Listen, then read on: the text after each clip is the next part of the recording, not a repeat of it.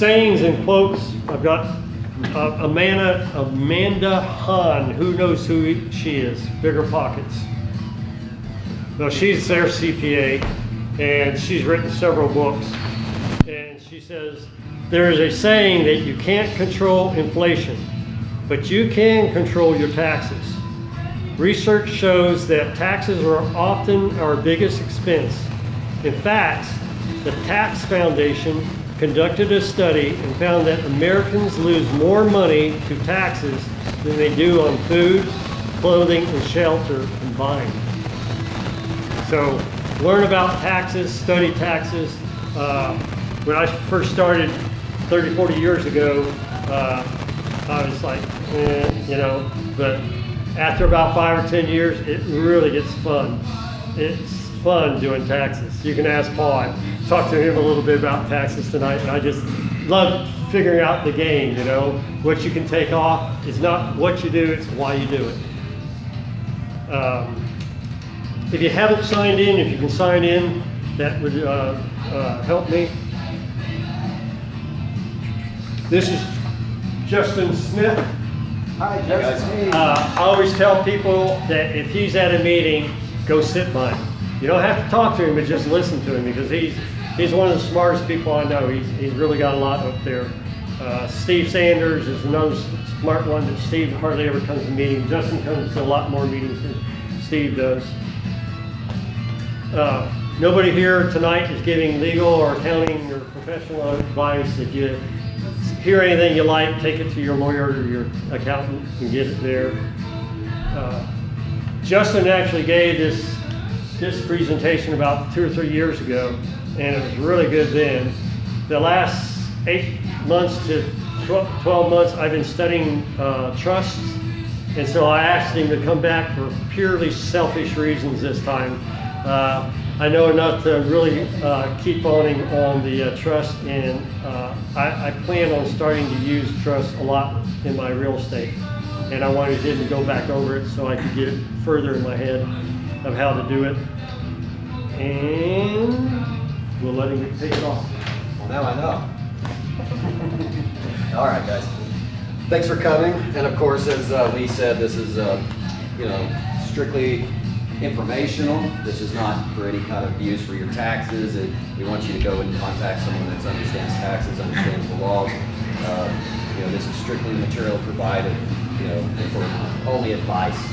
Okay, so please take it as an opinion, and don't act on these for any tax or legal or accounting advisors or without contacting them. Okay, so, all right. And I'm going to hit across a lot of different things. You're going to have some questions. I hope to keep it simple and do some illustrations and help to simplify. But these things are very simple, but they're also can be very complicated if you don't understand some of the structuring. But we're going to hit over some really simple stuff that you guys can implement in your real estate business, or even at your own personal home. I'll help you to understand how to protect your own real estate that you live in. Okay? So we'll go through a little bit of that. And again, let's get started with. If you have any questions, please try to maybe write them down or hold them for a moment. I may take some questions as we go along. And this is a little bit interactive, so I will ask you a few things. Okay. So first off, Lee does know some trust. That's good. Does anybody else know anything about trust? So that's good. How about LLCs? Anyone have LLCs in here? So we all have LLCs. That's good. Anyone have more than one LLC? Any more than 2 LLCs? Any more than 3 LLCs? All right, good. All right, so that's good to know. So look around. You need an LLC if you're going to be in real estate, if you're going to be doing business in general. Okay, and there's a lot of good reasons, mainly because it's going to protect you from those issues that come along, like lawsuits. Right? So we'll explain why that protects you and what doesn't protect you with a corporation or an LLC. All right, so let's start with an LLC. So an LLC, of course, is it's an entity that our states see as a business entity, something that can do holds and works to do some kind of type of business. So what we wanted to ask is, when do you set up an LLC? Does anybody know when you should set up an LLC? All right, good. So when you should set up an LLC, does have a couple factors. One, is what kind of loan or what kind of risk, you know, we're gonna be strictly kind of talking real estate at this moment, but real estate, so if we are looking to get into real estate or purchase real estate, now there's different types of real estate, of course. There's commercial, residential, right, which is conventional. You have portfolio lenders. So let's go over a few of those. So commercial, what's commercial real estate? Anybody know what the difference between residential, what sets the factor between residential and commercial? Yes, sir. Four units. 4 or more units or less is residential, 4 or 5 or more becomes commercial, okay? So that could be duplex, multiple homes, that could be a 1031 exchange and you're buying lots of things at one time. Whatever it is, as long as it's under one purchase, it's considered 5 commercial, 4 residential, all right? So, in commercial, and I hope you guys can, you know, work with my hand scratch. If not, I'll have somebody else come on up. So, commercial real estate, when do we want to make an LLC with commercial? Now. So as soon as you go to purchase or look to purchase, you need to go ahead and get an LLC created, all right? So that is definitely a now situation, and I'll explain why. Because in commercial, normally you're going to be, first off, you can take a name, a title, a vehicle, you can take title in an LLC with commercial, you cannot with residential, okay? Freddie, what we'll go in, most of your loans, which are Freddie and Fannie Mae, anything like that is going to not allow you to take things in an LLC's name, okay? So, the other is, of course, if you are, when do you need, if you're paying cash, when do you need an LLC? Guesses? That's now as well. All right, and the reason is because you will be able to, because you are paying cash, you can go ahead and take that name, title, in an LLC, okay? All right, now, the other is, of course, your just normal portfolio. And what's a portfolio? Anybody know what a portfolio lender is? An idea? On several properties.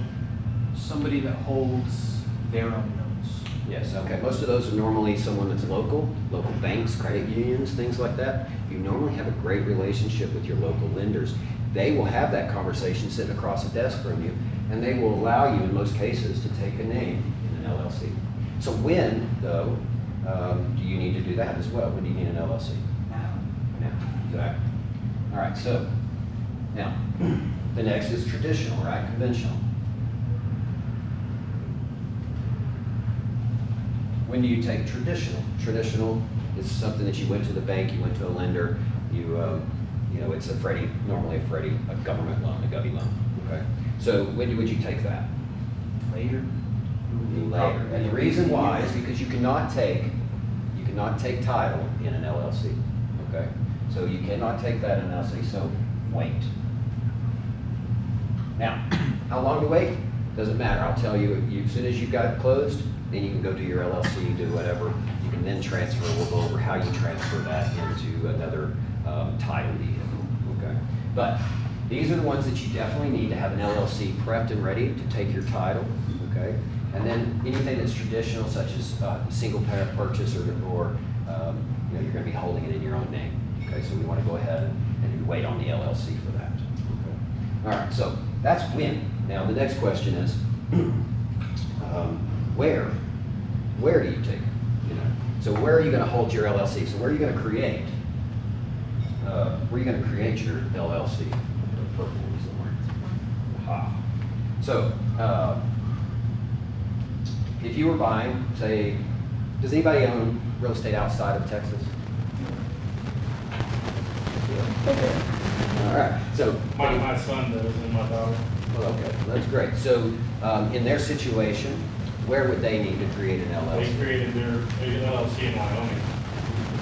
Their properties are in Arizona and Nebraska, but they created their parent LLC in Wyoming. So what he's saying, we'll go through that, but it's in the state that the property is owed, is purchased. Okay, it's where it resides. All right.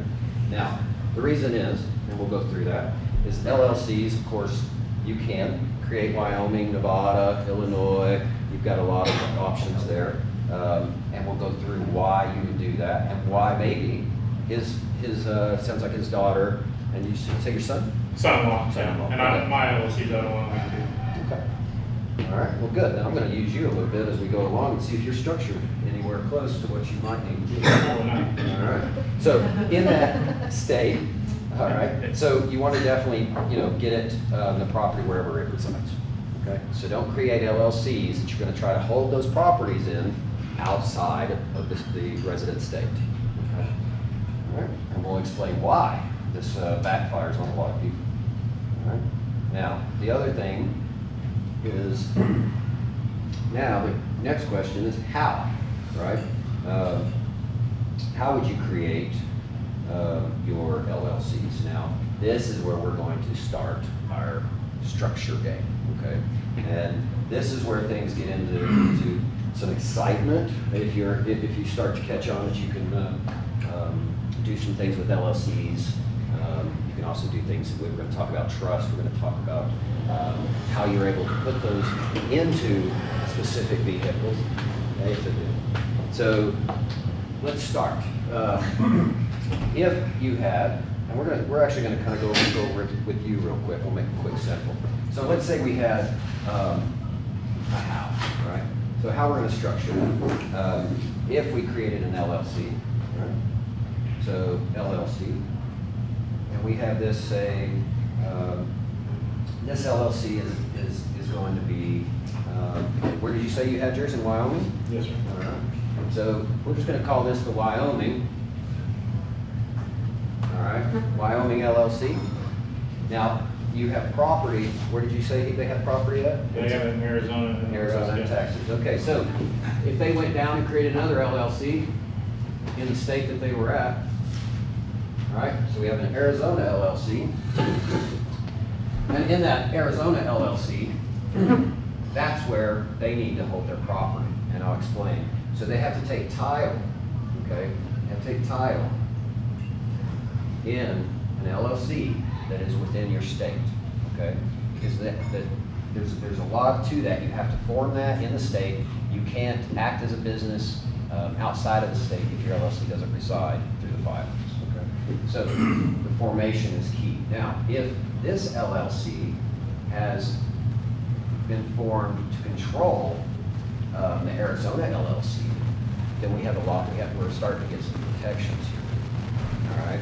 But if we don't, and we don't hold this LLC as in this case, as a manager, so you would have this managing this LLC, which then holds the title. The reason why he put that, do you know why they put it in Wyoming? I put mine in Wyoming because there's no call state. That's one of the biggest factors behind it. And that's the tax side as well. Yeah, so it's right, exactly. So if you don't understand what the charging order means, is that charging order, and this is what we're trying to obey, okay? So a charging order, states that allow you to have charging, they can break through your LLC and see into them. They second, a debtor can leverage your LLC. In certain states, they can send you into foreclosure of whatever that LLC owns. Okay, which means you have to liquidate, where they take over your LLC and you have no control period. They get everything that's in it. All right. So Texas is for standard single sole proprietor pass-through LLCs. There is no charge. You have no protection. If you are a partnership, that means there's more than one owner of the LLC. It does stand as a no charge. So keep that in mind. If you Yeah, I'm waiting on an EIN so that I can file my Texas LLC under the Wyoming. I want the Wyoming to manage my Texas LLC basically. All right. So Can I ask you a quick question?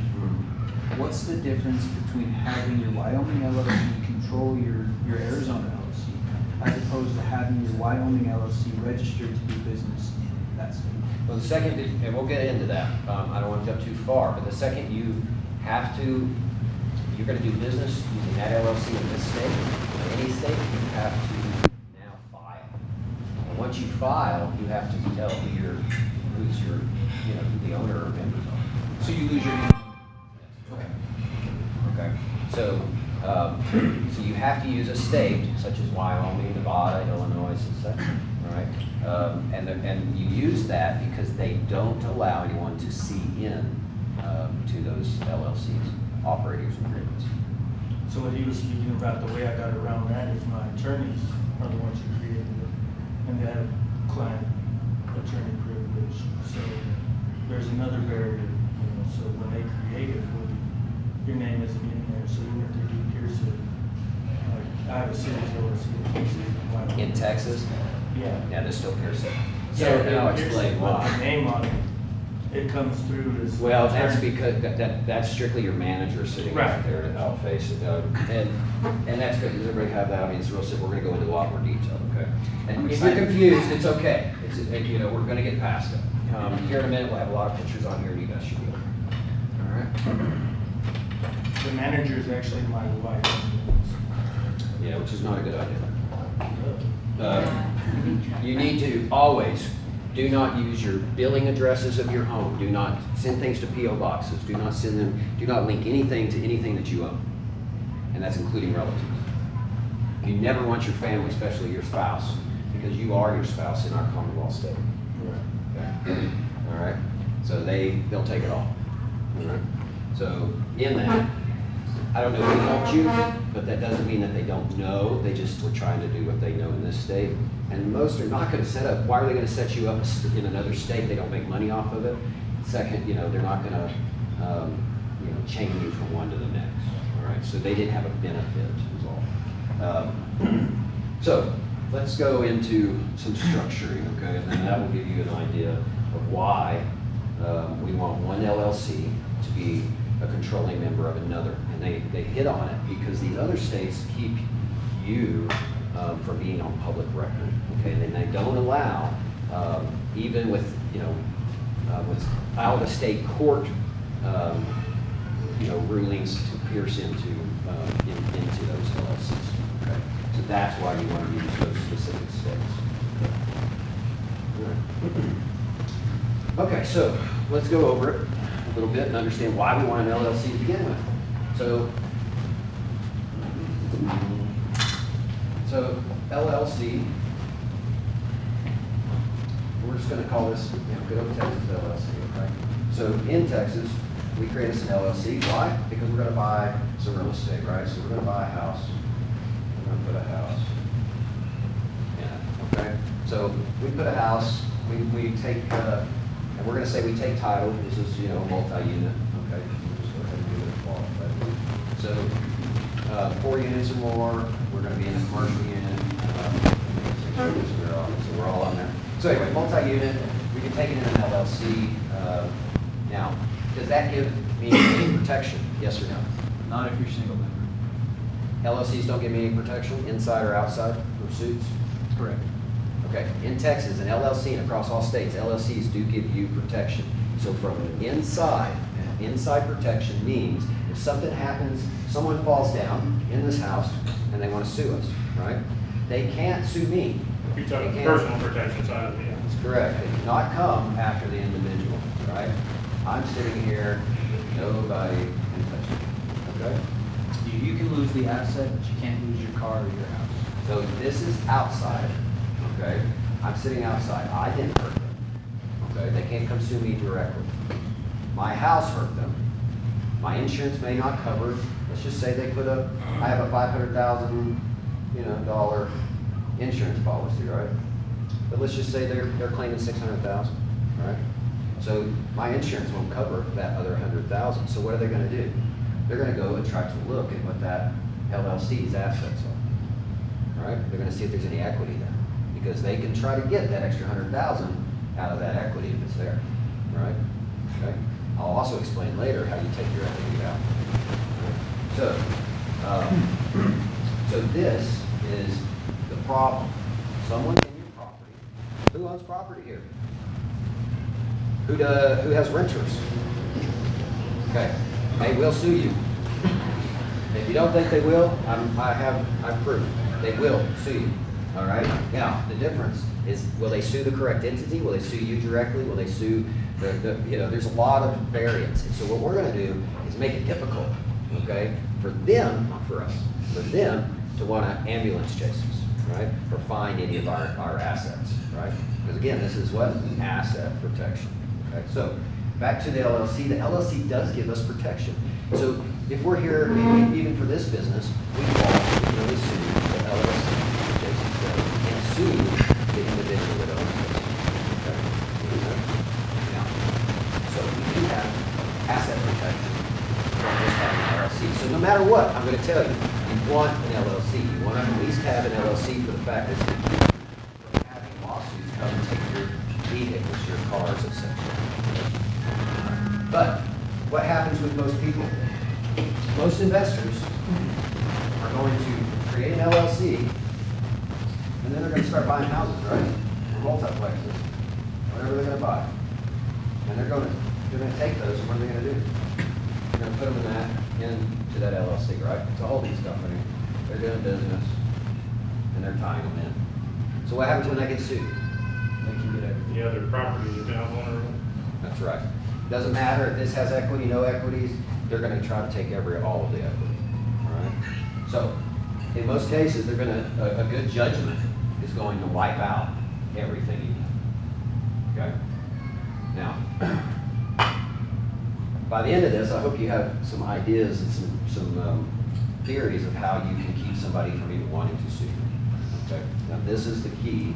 So your LLC is your protection, but because of our state doesn't have charging protection, they're going to be able to come and find out who the owner is, right? And then they can go and go after that owner, looking at all of this other assets that you have. So most LLCs, people will tell you, well, then create an LLC for every house, right?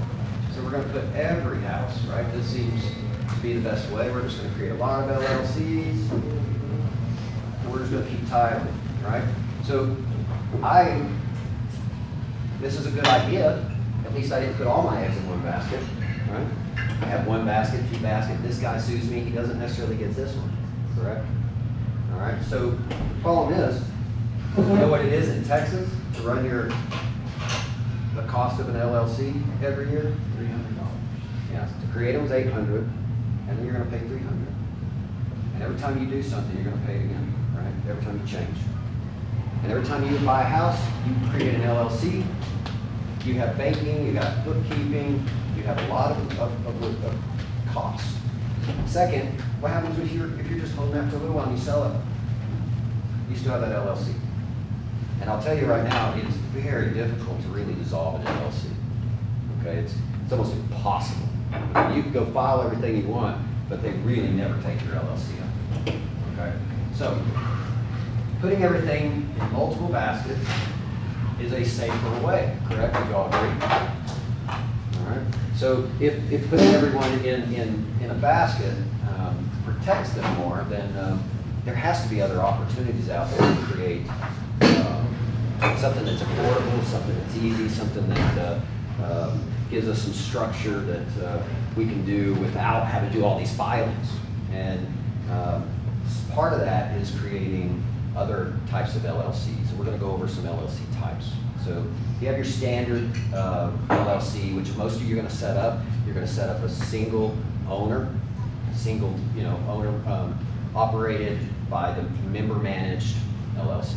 Okay, that's probably what you have. Yes, sir. Okay. Married couples are still single member LLCs. That's correct. Doesn't matter. The only thing that you have to create a partnership. Okay, so to create a different LLC. And that's in your operations agreement. So in that, you have, so you go create this LLC. How do you protect it? How do you protect yourself? How do you create this structure that might work long term? Also, how do you get around some of these other things like when you're buying property? Here's what we wanted to do. If you can't see it, you can't sue it. Right? That's the key. And that's what we're going to try to create over the next few hours or few minutes of how you can structure that. All right? So first off, you can always, create one LLC. There's another LLC out there called, we're going to just call it a master LLC. and it has subsidiaries. So you can create a subsidiary LLC. And these still have filings. But the master LLC is really your main LLC. They have subsidiary LLCs. The filings are a little bit cheaper. The problem is you still have to create bank accounts for each one of these. You still have to pay taxes, etc. Okay? So these subsidiaries do form. These have been around a while. And you're going to find this if you go out to try to find out how to create an LLC and still have some other capabilities out of it. You're going to have 10 or 20 LLCs for every 10 or 20 houses you purchase. So I will tell you though, the sub doesn't give you much difference in the LLC. And second, this LLC can actually have a suit go between all of those subsidiaries. So you have to be careful about doing a subsidiary LLC because it doesn't give you any control of protecting you from one LLC to the other, okay? Now the next LLC is a series LLC, okay? And you're gonna find that a lot of times as an SLLC, okay? But it's a series LLC. The difference, this has been around, I think I told you the last time, about 10 or 11 years ago, but now it's been a couple years, so it's probably been 12, 14, 15 years ago when it got really created. And that was, let's say that was, Delaware. yeah, it's Delaware. And Delaware did it, and I want to say, since then they probably have, do what? Oh, I have questions. So in Delaware, that's okay. You know, Delaware did create those. They did create series LLCs with the cells. Okay, now what that means is basically they created operations agreements within your LLC that give rights down to create these cells or series LLCs. Okay. Now, what the difference is between these LLCs is that you can write the operations agreement to where these cannot be sued in between, neither can the master. Okay. Now, are these true entities? No, they're not. Okay. They're kind of more of a grouping of assets or business operations. They're not an entity. Okay. Now, they can be treated similar to an entity, and I promise, as long as this keeps going and being used more and more through the states, you're going to find it becoming more and more versatile. Okay. It's just young. It's very infant. Okay. So the SLLCs, though, this will give you protection between each of their series LLCs. So those cells will not affect each other. All right. Now there's a few caveats to that. You know, you have to keep good books. You know, you can't be stealing from Paul and pay Peter. Right. You can't be, you know, taking your distributions, you know, from just randomly out of the account. You need to do some bookkeeping. You need to back memos. So if you bring in rents, then you need to tag those with what series LLC, even if they're still sitting in the same bank account. And the reason why I say same bank account is unlike the other LLCs and other subsidiary LLCs, you have to create bank accounts because those are entities. So you have to have bank account, keep up with all of that, and you know what to charge. Everybody pays. You know, you're going to pay everybody for that, from your banker to your CPA, all right, as well as our tax comptroller. So the key here is you're already going to save some money, and I'll explain. You can create these by just a stroke of a pen. You know, it's just filling out another operations agreement, and your attorney can help you with that. But once you learn it, you can do it on your own. Okay, but it costs very little. Most attorneys charge you maybe a couple $100 just to get it done. You know, it's their time. Yeah, go ahead, Lee. Within the last few months, the state's demanding now to charge $310 for every Subsidiary, but No, not For every series. series. When did this happen? I just created another one within the last month. You A got series off your master? You got charged $310. They just changed the rules. Okay. Well, I was gonna say, I don't have anything to claim on that, but we'll take Lee, so that could be a factor. But still, 300 is way different than, Yep. okay. And it's still a lot cheaper. I'll have to figure that, I'll look into that, because there has to be a reason for it. Are I've they been doing- trying to call the state for 2 days to confirm. Yeah, it sounds like they're trying to become California. So, So and these and are don't fine. laugh, California charges you for everything. You create an LLC, you have an LLC here, if you have your main LLC there or live there, you have to pay 800 for every LLC you have in the country, okay? So it's not a joke with those guys. You will, be paying huge amounts of money in the long run. When you build this operating agreement, none of that's filed though, No, your trust, you never file, you never put in your vault. for this one, for Series LLC. Create a This new gets one. Well, this gets filed. Those This do is not. just paperwork. Okay. How did he get charged? I don't know yet. I have to have a That's what I'm conversation. saying. So, 'Cause he told me that the other day, and I'm like, and here's why I'm kind of on that just a little bit, is because series LLCs, guys, they're not entities. Second, you don't have a tax. You can get an EIN if you ask your tax preparer for a tax identification number. They will do a request for that. And I recommend that because otherwise it's your social going out. So you do want to get it's a tax identification number like an EIN for your LLC. Okay. So you're not giving out information to every clerk that asks for it when you do business with them, setting up business or anything.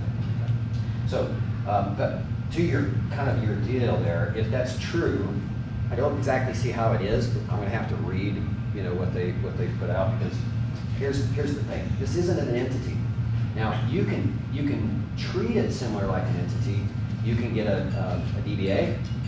Okay, so let's just say I call this. So my master LLC could be, let's just go American Homes, right? LLC. Okay. Down here, I can make my series. This is the beauty of it. I can make my series anything. So let's say I bought, 123 Red House. Right? So I can do 123 Red LLC. Okay. I don't have to take the name in anything. You can keep them in series. You can try to, if you get into a lot, you can do 1, 2, 3 and name them all the same. You can name them polka dot. It doesn't really matter. Okay. My point is, the reason being is you also want to, and we'll talk about this, a lot of times you want to create these LLCs. We'll get into a little more details, but such as due on sales, sub-twos, etc. You want to take name, a lot of times in the name of whoever you're buying it from. So let's just say we bought Jones's house. So we want to create a Jones LLC. Okay? And then we'll go over why that creates another entity that looks like the previous owner, and that keeps you from having any accelerated for the due on sale from transfer.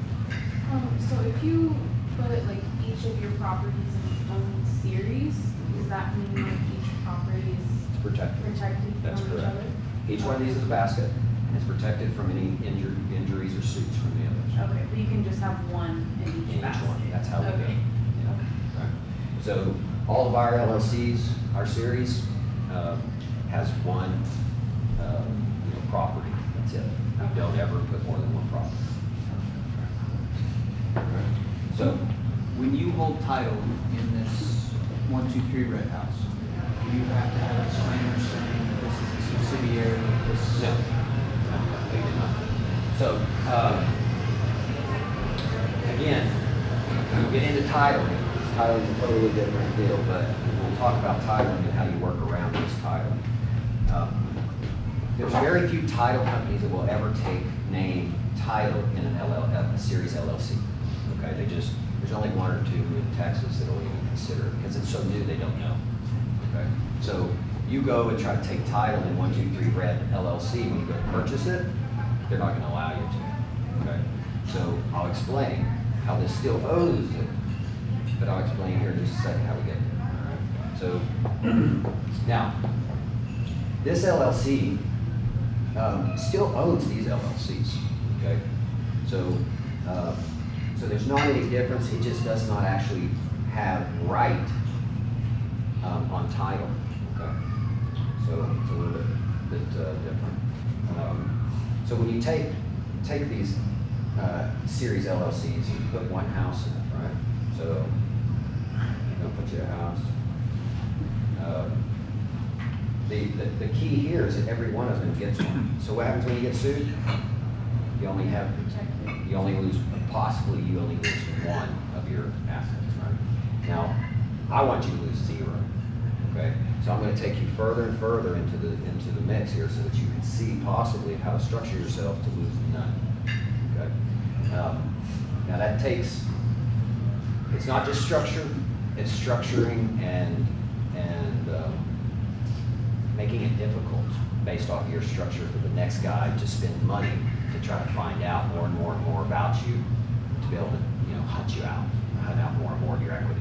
Okay? That's the game. So I can give you all the structure all day long. All I'm doing is by the end of it down here, when that guy sees it, he goes, oh, look at all I gotta do to get there, right? And half of it's cut off, he couldn't see it anyway, so he doesn't even know the depth of the plan, right? He wanted to eat his funds before he could ever find you. Correct. Like as we said a minute ago, if you can't see it, you can't sue it, right? Okay. So if that house is sued though, they go straight to the LOC, they sue you, you end up in court, they find out that all they're gonna get is whatever, hopefully you have an insurance policy, but let's just say you don't. So they're gonna go ahead and get a judgment on that LLC. They're gonna take that house, and you still have all your other houses. Now, the key, you were in court. What's it take to win? Money, right? Where are you gonna get money when all of a sudden all your assets got locked up?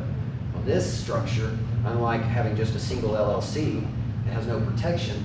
All of them were wrapped into one basket. You didn't have anything you could leverage. You had no way of getting funding. You couldn't sell during the time. That judgment affected everything. Second, that judgment goes on to your name if you're not careful, right? So the owner ends up being liable for any time something comes out, any kind of revenue, right? Any kind of distributions, they take it, okay? That's called a judgment. Now, what we want to go through though is how you protect yourself from having any of those LLCs even touched, okay? So in the structure, we're going to talk about trust, okay? And the reason, and then I'm going to jump back though to how you structure more LLC to LLC from state to state. But I am going to jump a little bit further because I want to explain trust to you, okay? So does anybody know what a trust is? Or history of trust? Yes. Oh, this is great, go right ahead. The trusts were initially established in war times, back in the day. So if you And when he own says back land- in the day, he's about Yeah, 3,000 medieval years ago. times, right? So go ahead. So if you own property, you would be sent to war. So to prevent that from happening, you would have your uncle who is old or disabled or whatever, and for whatever reason wouldn't be sent to war. You would have him hold title with you being the beneficiary. And that's where it started. You're pretty close. They actually don't know exactly where trust started, but it did start pre-English, and Rome definitely had a bunch of trust involved. But we definitely know the Crusades kind of kicked the trust off for sure, right? They brought it to the English, and India actually had another word for trust. It eludes me right now, but that's what the Crusaders saw, and so they were able to bring back the principle of keeping it in the family, basically, and they brought that home. Why? Is because what they found is a lot of people couldn't own property. Okay, women, children, anyone that had taken a religious oath to not, to celibacy, etc. That means, that you couldn't own property, right? You can't. Gingers. Yeah, you can't make something off of property if you're a monk. Okay, so churches though own property, don't they? How do they own property? Trust. So by religion and by government, by law, they don't own anything, but they somehow are still getting the benefits, right? So all of these were set up. So you had religious figures and you had men that didn't want their wives and children not to have rights when they went off to war. Henry VIII was really bad about this. He put a new use law that stopped a bunch of what they were using for trusts. So he was trying to, he thought all the land was his anyways, was the way he saw it. And he didn't like the fact that basically his forefather allowed this to keep going to where he was sending people off to perish in war so that he could take the lands.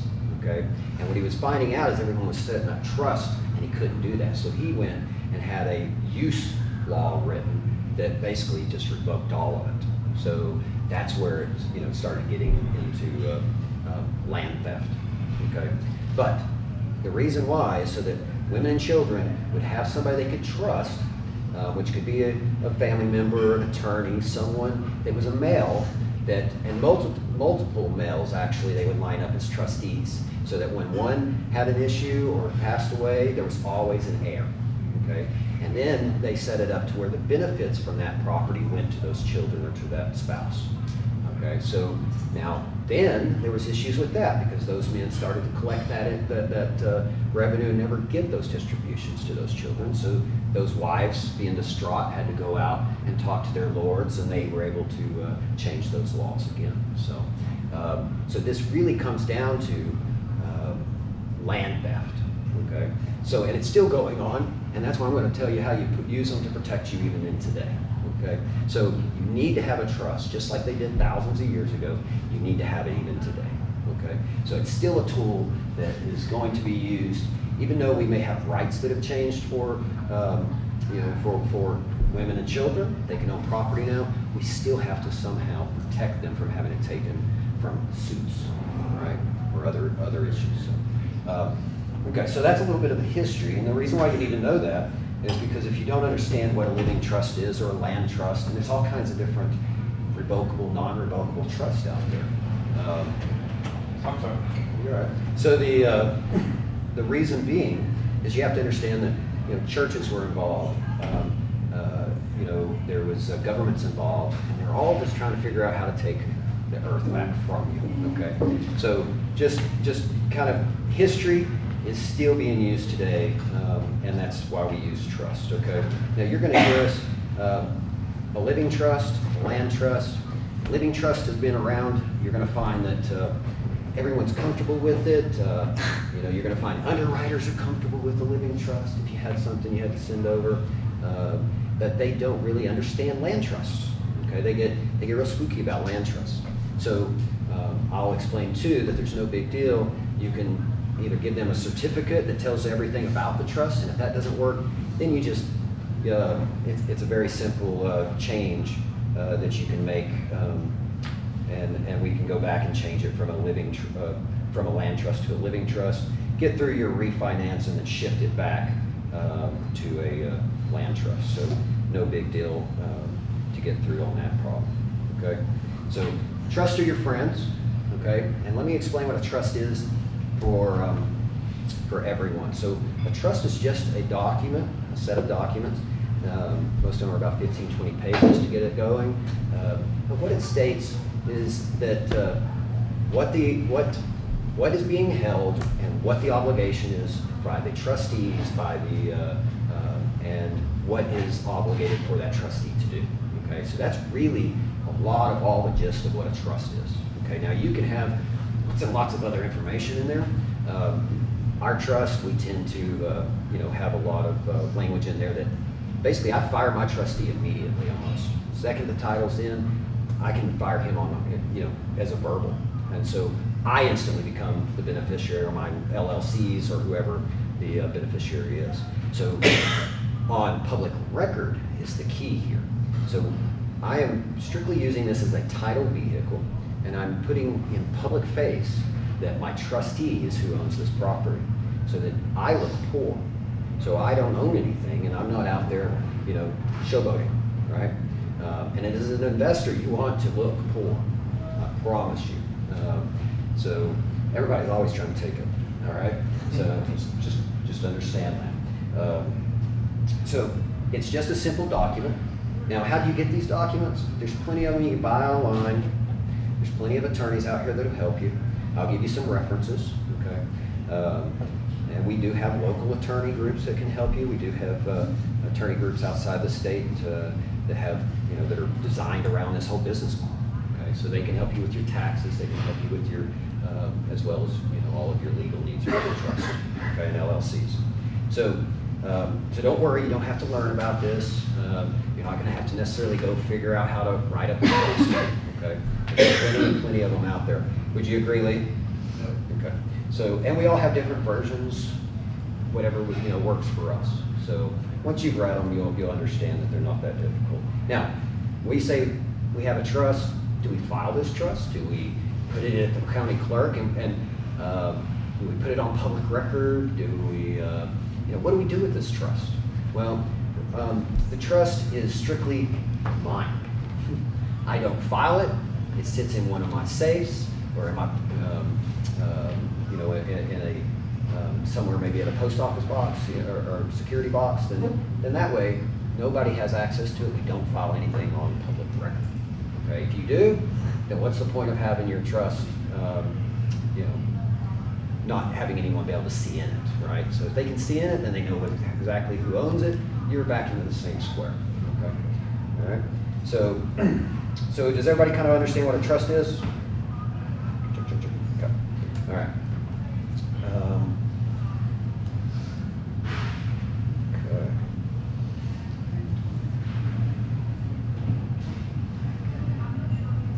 The grand torch. Yeah. So, and we'll talk about that a little bit. So let's talk about the trust. So I talked about how my trustee basically resigns or is fired immediately. And again, this is a revocable trust. So the difference, I can make changes. That's all it means. Non-revocable means I can't make any changes. It's static, it's set, and until either what is in the trust is either executed, it doesn't go away, right? So that's all that is. Now, our successors, that's all the beneficiaries, all that's in there. And so you don't have to worry. You still own the property. You just may have someone that you have as your public face, your trustee, out taking care of business on the front for you. Okay. Now, let's just say that guy gets into some trouble. Does that affect you? No, it does not. Okay. Because he owns nothing. He only has what the operations that he's able to do within that agreement. Okay. So if I wanted to be able to lease property, I could give him that capability. If I wanted to be able to sell the property, I could give him that. If I want to only, let him be able to sign certain documents, I can allow that, right? So you can tune it depending on the trust level of your trustee. Okay. And the trustee is not allowed to say who the beneficial owners of the trust are. You can allow or disallow that, but of course you have to want to not allow that. In the event that you fire him, like you said, who's contacted in terms of like a legal proceeding against the trust? Well, they'll contact, that gets into something different, but if you're in legal proceedings, they're suing the wrong entity. But you're gonna get a suit wherever your entity has. If he's fired, is he allowed to disclose the beneficial No. owner of the trust he used to be? No, but they're not going to. And where would he do that at, right? Okay. So, unless he published it in the paper. So, I've sold and bought homes and I don't sign anything. I don't go to the title company. I don't do anything, right? I send my trustees. They show up, they sign, I got a property. They go sell a property, I'm done, okay? I don't go deal with it, okay? I sell most of my stuff when I'm at the lake. Property management oversees it. Property management oversees my trustees. And we'll get into that because you need a property management company. We'll explain why here in a moment. So I'm going to try to run a little quick because we are getting behind on time.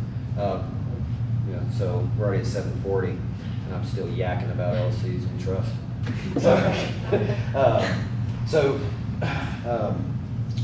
So anyway, here's some key points.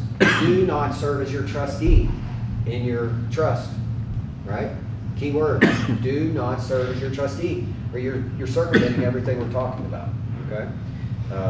Do not use your spouse, okay? All right, do not use your address, use a P.O. box. And that's for your LLC, that's for any communication back and forth, right? So how does anybody show up to your P.O. box and figure out anything about you? Okay. But if they show up at your house or can Google you, they can see your vehicles, they can see your house, they can see what you're doing, they can talk to your neighbors, they can find out more information about you And that's because you gave them their address, right? So you don't want to give out addresses for anything, and especially when you go to create an LLC, always send it somewhere that's not one of your properties. Okay? All right. And again, don't use land in the name. Okay, that's another good one.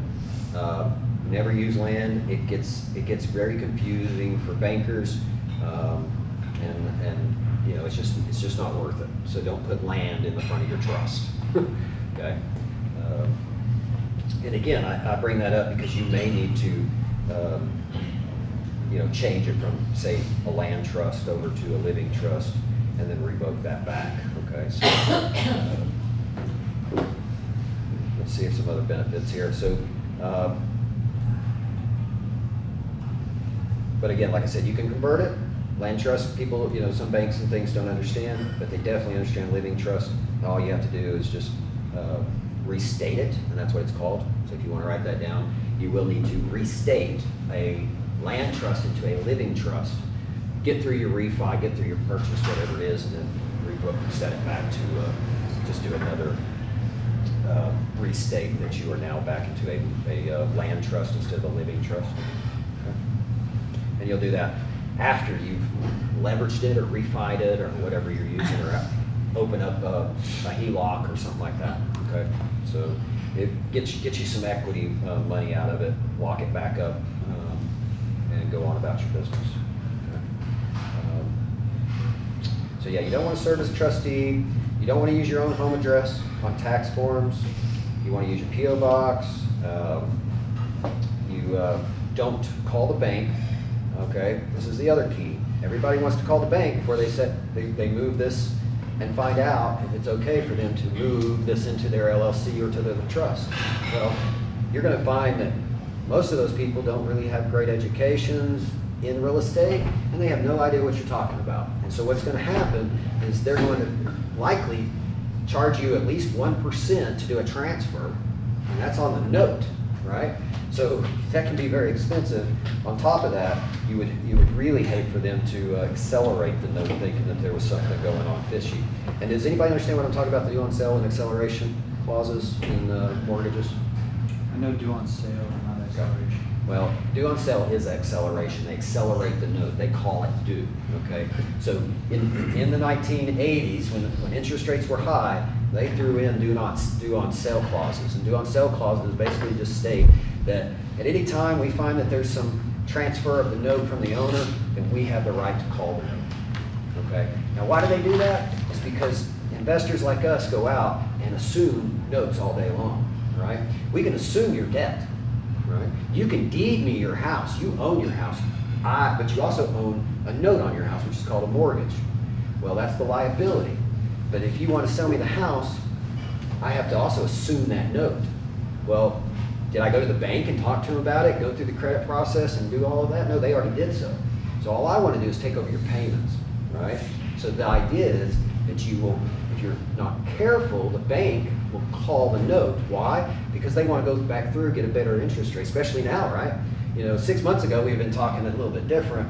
I would still say interest rates were headed up, but now we definitely know interest rates are headed up, okay? So they will call a note to make more money, right? Especially when they can take a 3 or 4% interest rate and get you an 8 or 10, okay? So that's where they're headed.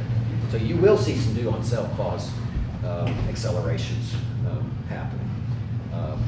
And here's some notes. 1.8 million are in pre-foreclosure right now.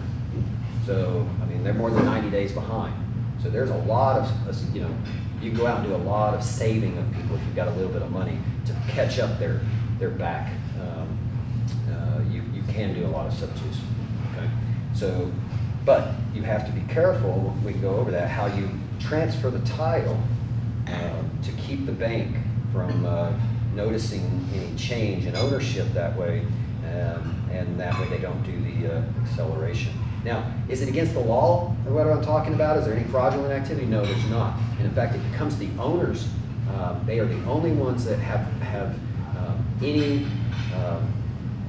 they're the only ones that have to go tell the bank, right? They're the only ones with the obligation, and they don't do that, right? They're sitting across the table trying to get rid of their problem. They're not going to call the bank.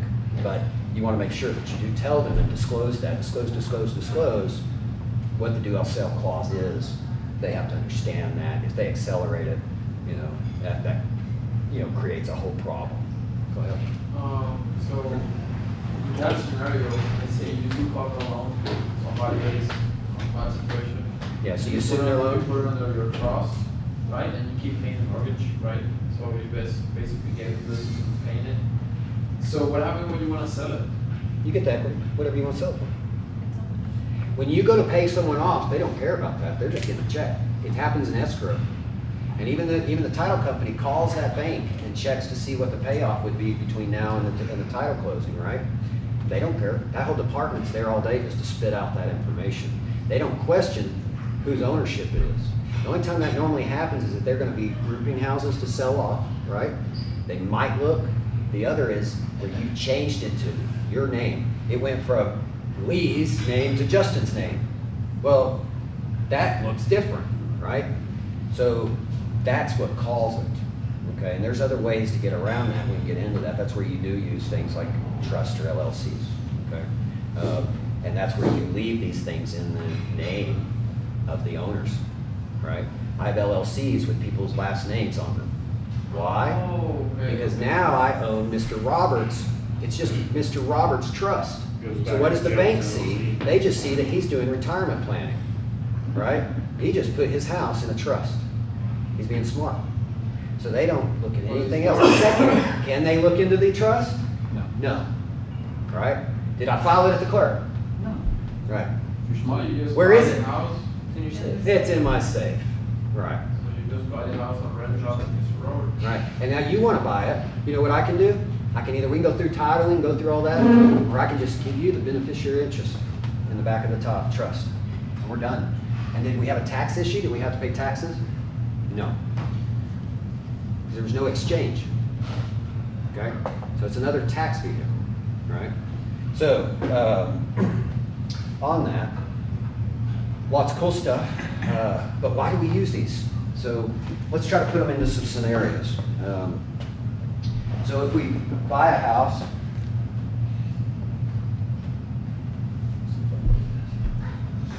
all right, if we buy this house, we need to take it. And we're just going to do it simple here, Texas, and then we'll go outside that. So we're going to take it in an LLC. All right, that's what the Texas LLC. Okay. So we take title, and I'm saying let's just go through that. We found a title company that let us take title in a residential, or we can talk a quadplex. I don't care, right? Commercial, it doesn't matter. So you can't take an LLC, like I said a minute ago, in your own. You can't take LLCs in a single family one purchase, right? It has to be 4 or more. But if you find a title company, it's no big deal. They'll do it. It's really up to title, and I do a lot of my own titles. I do a lot of, and everybody can. People in a title office, they're not any smarter than you are. You know, you just have to learn what the state requires to create a deed, to create a warranty, to create, okay, that's all it is. There's no special something that they know that you wouldn't know if you didn't research. So you can create a title. I write deeds all the time, okay? So warranty deeds, etc. So my point, even if you didn't take it in title, so if they don't allow you to take that in an LLC, but you still want that protection, how are you gonna get there? Trust. Ah, there we go. So we can't take it in an LLC, so we take it in a land trust. Okay? All right? Now, Living trust. land trust. It's a non-revocable grantor trust, but it's not a living trust. So, similar, same thing, but not the same thing. So, this is land trust means to hold real estate. Living trust is more like a retirement vehicle. Exactly. And I'll explain that too, because there's benefits of a trust versus a deal. Now, you were saying in terms of refinancing or whatever, you have to change it from just a land trust? Hold that, and we'll be back in a second. Hold that. So, house goes into the land trust. So I take title, right? In my land trust name, and that can be whatever I create it as. Okay. So I'm just gonna call it, you know, my truck. It doesn't really matter. I took the title in the land trust, but who's the beneficiary in that land trust? Your LLC. That's right. Not me. I can be it. Here in Texas, I can do that and all that. I mean, no problem. But it doesn't give me any what? Asset protection. So, if I take I take title in the land trust, but the beneficiary of that is my LLC. Okay? So, it owns the property. Okay? Now, who owns the LLC? Your main We're just talking LLC, Texas right now. Who owns it? Your master series LLC. If I didn't have a cell, right, a series. But let's just go with just a straight LLC, okay? So yes, I would have, my LLC is the owner, but who owns the LLC? In Texas, I do, okay? So, Justin owns that, right? Spell your name wrong. Yeah, dyslexia. I got it. So, anyway, so I own the LLC, right? So, how's that pass all the way through, right? Well, first off, my LLC is a single proprietor, there's not a partnership. So, this passes through, so it's a pass-through. And what that means in taxes is that this ends up on my taxes, okay? Was that 1040C, where you have to file? Well, okay, so that's where you get into Schedule E's, you get into others, and I'll go over some of that tax stuff with you. Yes, it's going to come straight down on your Schedule E. And I'm going to explain that too, because this is where we're going to get into why we don't want. You know why? Because it has all my houses on it. I have to tell everybody about all my houses. All of them. Every one of the houses. All of them. I have to tell them what I make, how they're coming. That's on my Schedule E. And you know what the IRS is doing since 2019? They're going after real estate investors because they think we're taking advantage of the system. They think they can fund the whole entire United States off of us. So they're looking at, this is their audit list. Okay? So pay attention to this one. This will save you. So how can you get rid of that Schedule E? There's a way. I'll jump into it real fast just to throw you. You're not going to have an LLC. You're going to have a partnership. Okay? It's still an LLC, but it's a partnership. You're not single. So now you're not getting a Schedule E. You're going to get a 2065 or 64 or whatever it is, right? Let's see if I got some notes. So, and you may know more than me because you do this stuff. That's a K1, is it? Well, yes, it transfers to a K1. So you're exactly it, because it's only showing what you've made off of it. But that K1, doesn't that go into your personal taxes either way? Well, yes, but it kills the Schedule E. Okay. So that's the benefit. So yeah, you're gonna go, so like this is a 1040, right? So this is a 1040. That's your IRS. This is a 1040. You fill out the Schedule E for that, right? If you make a partnership LLC, then now that's going to come down as a 1065 and convert to a K1. So let's say I'm a W-2 And what employee. the benefit, here's the benefit, is I didn't have to list my houses. There is no E. There's just a K1. And they can't come after me and audit me because they don't see me as an investor. So right now, I just killed the IRS knowing I'm an investor. Okay? So when you create partnerships, Gen C, you use that so you don't have to show your holdings. Okay?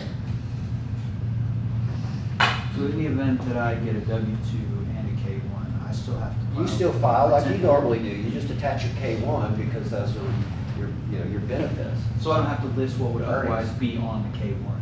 You didn't have it, right, you're on it, you didn't have to show a Schedule E, so therefore you didn't have to you didn't have to draw out and disclose all of your homes, all of your investment properties. Okay? So that's a pass-through situation. Would each Series LLC issue me a K1, or would that be just the one? Only if you've created an LLC that's a partnership. Otherwise, everything is a pass-through. These are disregarded entities. Even your single suppliers is normally set up as a disregarded entity. It just passes, tax-wise, just goes straight to you, no matter what LLCs you got. They just go straight to you, okay? All right, there is no, this is how taxes work. It goes straight from you, straight to there, unless, we set up to where we have partnerships and different disposals for our, getting K1s, et cetera. Okay? And Series LLC taxes. Series LLC is not an entity, The main one. the main one, and it's disregarded. So it goes straight through to you. Okay, and I can offer you a K1 for all of the properties. You don't need a K1. Would that not just go under the Schedule E then? Well, If it's that's just what I'm pass-through? saying. You don't have a partnership. You are making the money. It goes straight to your disregarded entity. Do what? Yeah, line of park. So my question is, do I have to own the Master Series LLC in a partnership to prevent that from happening? Well, whatever LLC you are going to be holding the company or the asset in, that needs to be set up with its operation agreement to be a partnership. Because there's multiple distributions. It's not just you going straight to you, right? There's more than one person And involved. you can assign the distributions, Yeah. so you could have a partner with almost no percentage. No percentage. But I'm saying each of those entities that has an operating agreement that says they're a partnership will each issue me their own K1. Yes. Okay, that's what I was trying to get at. Yes. Yeah, if it's set up as a partnership, that's a K1 situation. Okay, that's an investment. You're getting return. Okay, you're getting a distribution. Okay, so everybody kind of up on that just a little bit? I know, like I said, we're all over a little bit. Sorry, Go. I just have- No, you're all right. So would the main LLC be like in your own name and then a series LLC be a partnership? Okay, kind of in thing, Texas, or- you're gonna set up your master. Okay. Right? And then you're gonna have series. Blah, blah, blah, blah, blah, okay? You can name them S1, 2, S2, or whatever you want, okay? The only time you really need to make these do something, we don't get bank accounts for each one of these because banks aren't gonna give you that because they're not entities. You didn't file a tax, they don't exist. So what you do is you can go through it and you can get a DBA, okay? But here's a better way of doing it. It's just create your one bank account,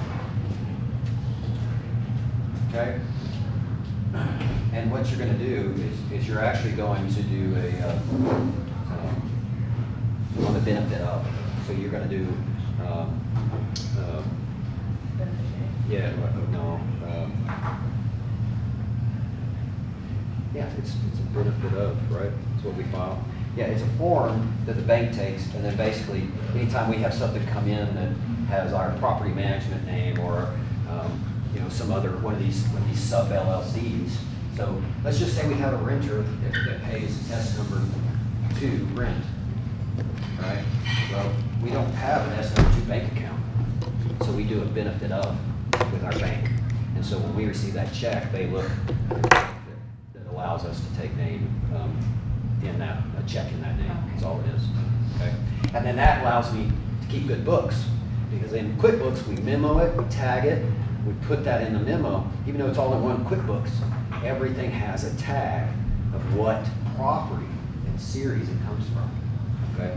That's keeping good books. If you don't keep good books, all this is worthless. That's the only thing they say, is that you have to have good books to make this a series LLC legitimate. If you don't have good books, you're just all over the place, you're just running everything in one account, and you're not keeping up with it, they can't segment it out. That's what they'll just call it, nope, it's all one LLC. You're able to sue it all, right? That's the difference. You want it to be clean, to where you are paying for this from that account with that memo. It's okay to have it all in one account, but it's not unless you're showing how you segment it off. So when you deposit this check for Series 2 rent, it's just gonna have a memo on it saying the benefit of Series 2. And then we write in the memo, it was for rent for this house, rent for that, from that person. And what series it belongs to, all of this. Cool. And when we need a distribution, it's still a distribution. We just say that that distribution came from that series. You know, if that series had $100,000 that came from rents, let's just say, right? Then we can go after that to pay its liabilities. But I can't take that $25,000 and go pay another LLC or another rentals property. That's stealing from Paul to pay Peter. And they don't like that because you're not showing clean books. So you still need to know how I have to much take a one distribution, entity or I have to has. create a loan between me and the other LLC. Okay, cool. If I take a distribution, then I can put that back as a contribution into the other LLC. So you can move money on it. And you'll learn that you have to do it this way, because one day when you do get sued, you're never gonna take money out, and that's what's gonna make them settle with you. Because they're gonna find out that you're never gonna take money out of that LLC. You're just gonna still do business all day between your LLCs, and you're just never gonna take a distribution from that LLC. Right? And I'll tell you how you get your money is you loan that to the other LLC. So, and you can loan money between your LLCs and your other LLCs. Okay? And I'll explain that here in a minute as well. It's another way of leveraging property. Okay? So, in the case that Justin owns that LLC, he took title. Okay? I may not be on the clerk, right? I've got James is one of my trustees. Right? And he holds title. So when you go to Ector County or Midland and you do a search of Justin Smith, you might find a couple things, right? But you're not going to find me. You're going to find nothing. But let's just say you try to search the address or the description. Well, also you're going to find is a trust with James as a trustee. And you're going to find title with James. You know, this property is held in title of, by this trustee of blah, blah, blah trust. That's it. So you want to go call James, what's James going to tell you? Can't say. He has nothing, he doesn't know anything, and he can't do anything, right? So James is just my front. He is just the guy that's out on the front.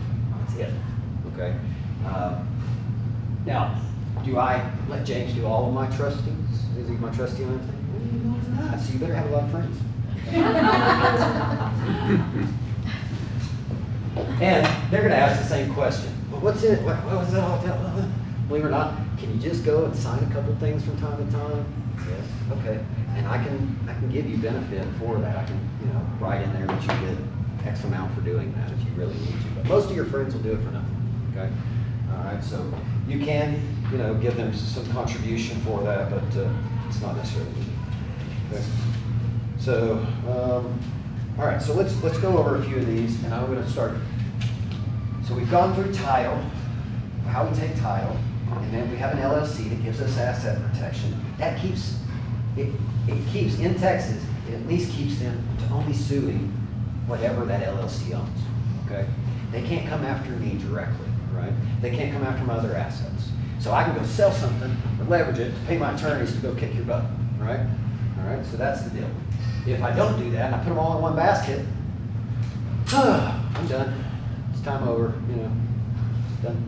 And I'll tell you that because that's what most people will do is they'll create an LLC, they'll throw everything in one basket thinking they're good. They call it a holding company. It's just holding it for someone else, okay? Now, so if Justin didn't exist, man, he would, This would be a boring meeting. well, but if I didn't exist down here, you couldn't find me, then you really can't come sue me directly, right?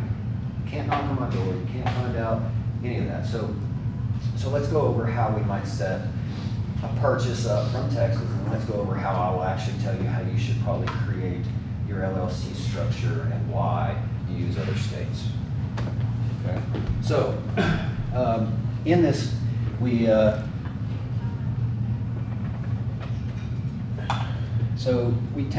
a home, we want to take a home, and we want to take it in title in a land trust, okay? And I'm just gonna go over it one more time. Why do we do that? Because that gives us, it doesn't give us asset protection, but it gives us an enemy, right? They can't see us.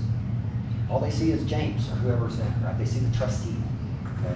So they go break his kneecaps instead of mine, right? So it works really good. Don't tell your friends that. So, Buy a lot of beer there. yeah, depends on who you owe, right? So, and I laugh about that because the mob used trusts, right? Chicago, Illinois, this is really big there. That's how they got around tax issues. That's how they got around, the Gestapo, right? They were able to take Al Capone, lived in prison, and Al owned over $4 or $5 million back in his time, and it was all in trust, right? So everybody was paying the trust, and so he was still reaping the benefit, and nobody could ever take it because they couldn't see into the trust, right? So the mob is the main one who's used trust. So all we're doing is backing it up with a few extra vehicles of protection. So we want to talk about that. So the land trust is a title, but we need an LLC that has beneficiary interest of what that ownership is, right? So we need LLC, and it's still going to be a Texas LLC, because we're talking about Texas. So our Texas LLC, and that, though, is a member managed.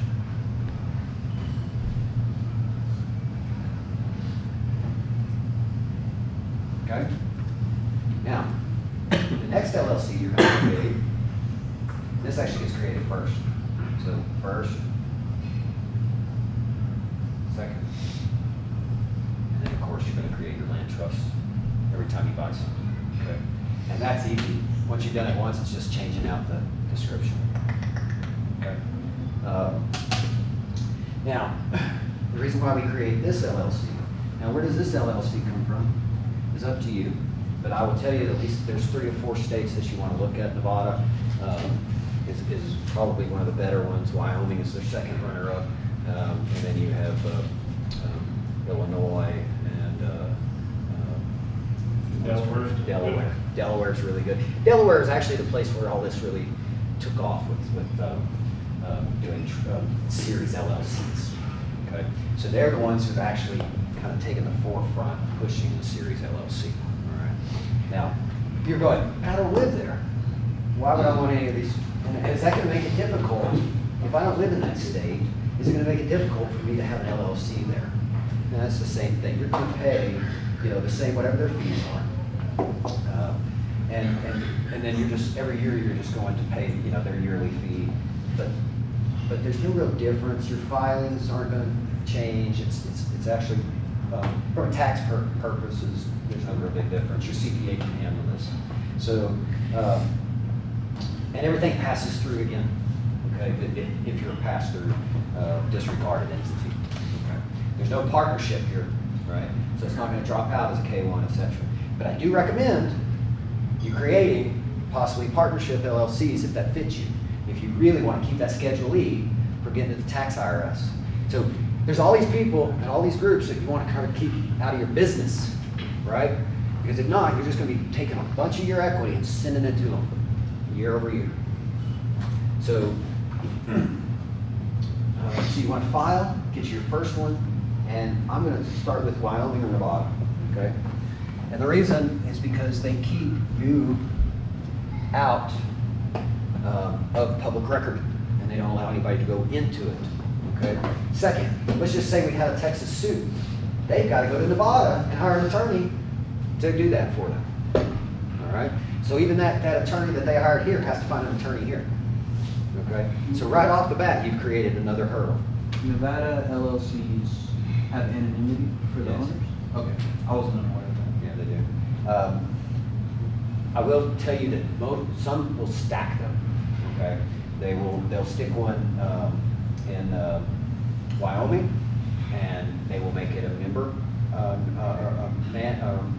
and then they will manage it off their Nevada, and then they will go back to whatever state they are. Okay, but that doesn't necessarily give you any more cloaking. Huh. I just learned this week that Trump's helicopter Yeah. had 14 entities before they found out that he owned.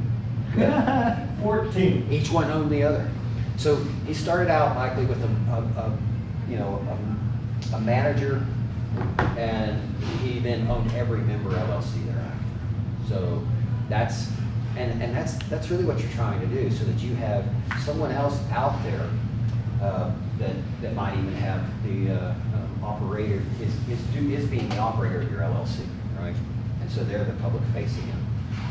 So in this chain of LLCs, are they all member managed? Okay, so we'll go over how you set these up. So you want member managed in Texas, and then you want manager managed in either one of the other two states. Okay. So this has the right to be president, is how I write it. I am president in the operation, so that I can do all the work I want here. So, what do I own? Do I own this house?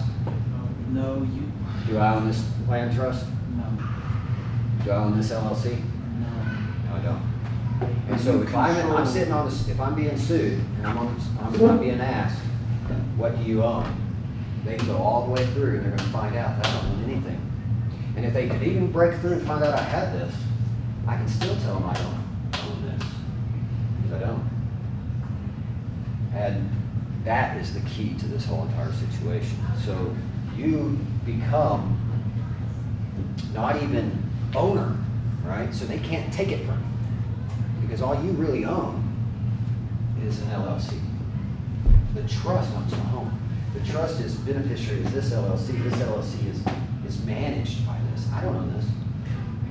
I don't own this, and I don't own this. But I get all the beneficiary interest all the way back. You are listed on file as the president for the Texas LLC. I am a president if I need to be. Okay? Yes, in your situation, yes, but they can't tell that I'm part of this.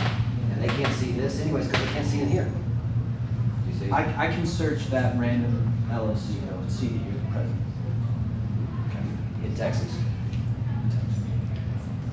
But you don't know I'm president, that's where I came from. All right. So, any questions up to now? Why would you not have your Texas LLC, be like the Wyoming or Nevada LLC listed as the president of the Texas LLC? That way when you do a Texas LLC search, it comes up with Okay, so in Texas, you have your members all listed out. Okay? But having a president doesn't mean that you have any ownership. And see, even if they find them, they may be able to find a couple of things that might link them to my business, dealings, but they won't be able to ever get into here. They're cut off. First off, you gotta realize, they can't even get into here to see without a court order. And even then, they're gonna have trouble getting that out of them, okay? I mean, really, this is hard for them to pull. But even if they were able to get that, they're not gonna be able to do much more, because when they get to Nevada, they're done. They may have found out that I have an LLC that has the beneficiary interest of this, that owns that, so they're trying to catch this. But the problem is, when they get back to Nevada, I don't know, they can't go into that trust, or I mean, into that LLC. So your Texas LLC, in that example, would only have your Nevada and any. It's, oh, right, so Only it's, one member, only. its Nevada manager LLC. is the Nevada Trust, or the Wyoming Trust. Whatever the name of that is, so my Wyoming Holdings Company, LLC, is the manager in my Texas trust, or I mean my Texas LLC. Sorry. Then this is who's the beneficiary here. But again, my trustee's really the only one that sits out here. So you don't even know that this has any beneficiary interest unless you've gotten that deep into it. And by the time I'm there, I've already liquidated, moved benefits around, shoved things in every direction, tore up everything that I've ever had notarized, and I'm back to the original trust that I had before. Could And you that's not the- set it up with complete anonymity and have your Nevada LLC be the only owner on file for your Texas? Well, that's what it is. LLC? I'm president here. I have operations agreement that allows me to work anything I want here. that doesn't necessarily mean I have to put myself as As the a president. member. Well, man, awesome. Cool. That's what I was trying to get at, like, why would you put yourself out there after you? I just created an operation agreement to allow this LLC to function. You're for only this LLC. president in the event of whatever. Operations, Yeah. control. I give myself control of this LLC. Okay. I don't give myself ownership of this LLC.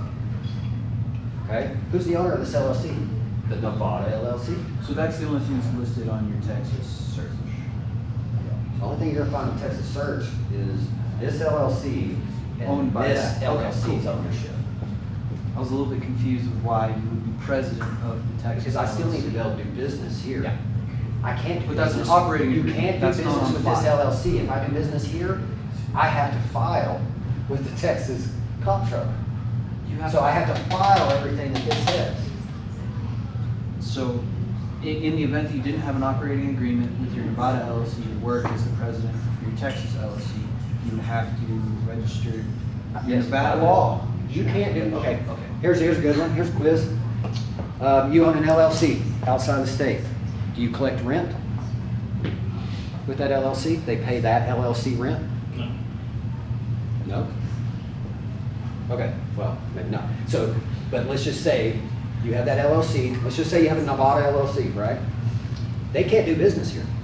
You go to kick someone out for non-pay, you go down to file on them, and they bring up that that's not an LLC, a business that's an entity here in Texas, you're in trouble, now you gotta pay fees, and you're not able to evict them, and they get to live there rent-free, and there's all kinds of problems. You can't do business unless you're a resident of your county and a resident of your state. And that's true when it comes to corporations and LLCs. Your Nevada LLC can Cannot do business register here. to do business. If they register. If they register. If they In register. that case scenario. Then I can evict, Okay. then I can do business here, then I can collect rents, then I can work here. You cannot collect rents with your LLC from another state, okay? You cannot do business as the other LLC unless you have the business registered, right? So, how do you get around that? Leads to the next thing. So, who manages all this?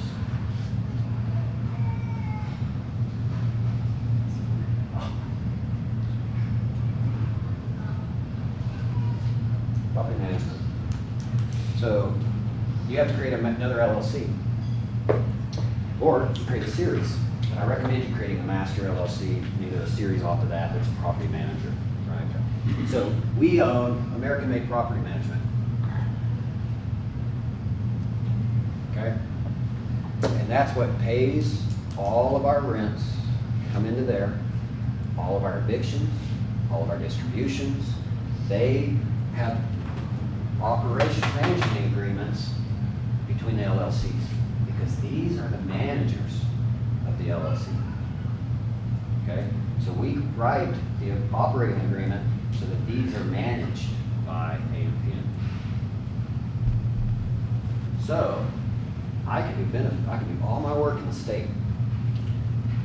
I have one LLC. You can see, I don't care if you want to see who the owner is, because it owns what? Property management. It's just business. Collects, maintains renters, takes care of leases. So, Pays your bills, who was our last lawsuit against? Uh-huh. Is it against me? Yep. So, AMPM can sue. What do I care? Well, let's just say worst thing scenario happens and somehow they leverage me, right? I don't care. I'll just shut that sucker off and create me a new AMPMS. I'll just create another sub. I'll go on and do a business tomorrow. So that's a series? Yeah. Can you sweep all the money from the property management into, one of the other LLC? Yeah, so it does the distributions to the correct LLC based off of the revenue. So it holds nothing. It does the distributions of the bank. And again, I collect all rents from all my other LLCs, all my other business names. Where do they go? AMPM account. We can tag them and then we distribute those funds. So would the property management LLC be established in Texas? Yes, it has to. You have to establish a management company within the state that you are doing business. And then it would have like So that's okay. If you wanted to protect that, yes, you could do, you could have it owned by a Nevada LLC. Oh, Okay. You could even series that LLC off, right? And then create another, ownership of that LLC here in Texas. okay. Now, in this structure, the Texas LLC, you would make as the series LLC, as one of the baskets. Say it one more time. The Texas LLC, would that be blah, blah, blah, series one? LLC? Master, and whatever series. Yes. Okay. Would it would be one of the series, Yes. correct? So this is what you're asking? Is it would be a series LLC? That one is a series. Texas would be the I'm master talking about- LLC for Texas, Yeah. with So- the series falling under that one, correct? So AMPM LLC is Texas. Yes. It is a series LLC because I want to be able to create sub-businesses or sub, dealings, groupage. So But I don't necessarily use it for that, but I do go ahead and create them that way. That's your master series LLC. So the one that this holds in this. It holds no property. I put no property in my holdings company or my management company. I created holdings LLCs to fake you, and I don't put anything in them. Go ahead. The Texas LLC on this diagram Yeah. is your series one, say. Awesome. No, And- below the, after the This Nevada. one here. That's what I'm saying, Oh. that's another master, isn't it? And then you So would do this series is, after? well, no, this is this is a cell, a cell. So I have a master over here, called AMHS, American Made Housing Solutions. Okay? Now, AMHS LLC is the master. And she creates a cell for this one house. All she did, created a cell, a series. All right? That's all it is. So technically, I that don't put them in Texas my LLC master. If I put them in my master, I would have everybody in one basket. Exactly. This Texas LLC is technically a series. All my But Texas are It series. is owned or it's managed by the Nevada company. It's owned. The LLC itself, Yes. the master LLC itself. This LLC is owned by Nevada LLC. The Nevada LLC is the owner on the LLC, on the Texas file. So it goes It's Nevada, it's the manager. Manager. Nevada, master, series, trust, house. Awesome. I have masters sitting out here, and I just create a cell for every real estate transaction. I create a trust to hold titles, a title vehicle that gives the beneficiary interest to that LLC, that series LLC. I then take that LLC because it's being held by Nevada. It was created, it was birthed by Nevada in Texas. Okay, it's the owner, but it's the manager. It's not really the owner, but it's the manager which gives it the ownership. So if you're still with me, yes, you have masters. They create these, right? Okay. This is just a series. So Texas LLC, we're just gonna call it Series 1, right? To hold that house. Okay. That's off to the side. So the Nevada LLC would really be right under your master. Is You wanna go there? Let's go back there. cool. Glad y'all are getting this. Anybody else confused? Tomorrow, cool. All right, so AM, PM is property management. And it is an LLC. But we're gonna put master by everyone that says master, okay? Okay. Now, it creates series LLCs. Well, actually, AMPM doesn't, I'm sorry. So it does nothing. AMHS, for instance, and I've got different ones, I'm just giving y'all some, so good luck. It would be a series one. It creates, this is a series. So, so we have this, we created an LLC, a sub-cell LLC, right? So S, we're just gonna use this for y'all to understand it, it's series number 1, okay? And it holds title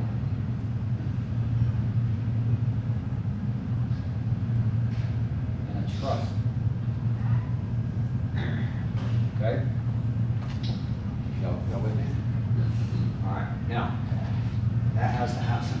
That's all it is. Okay?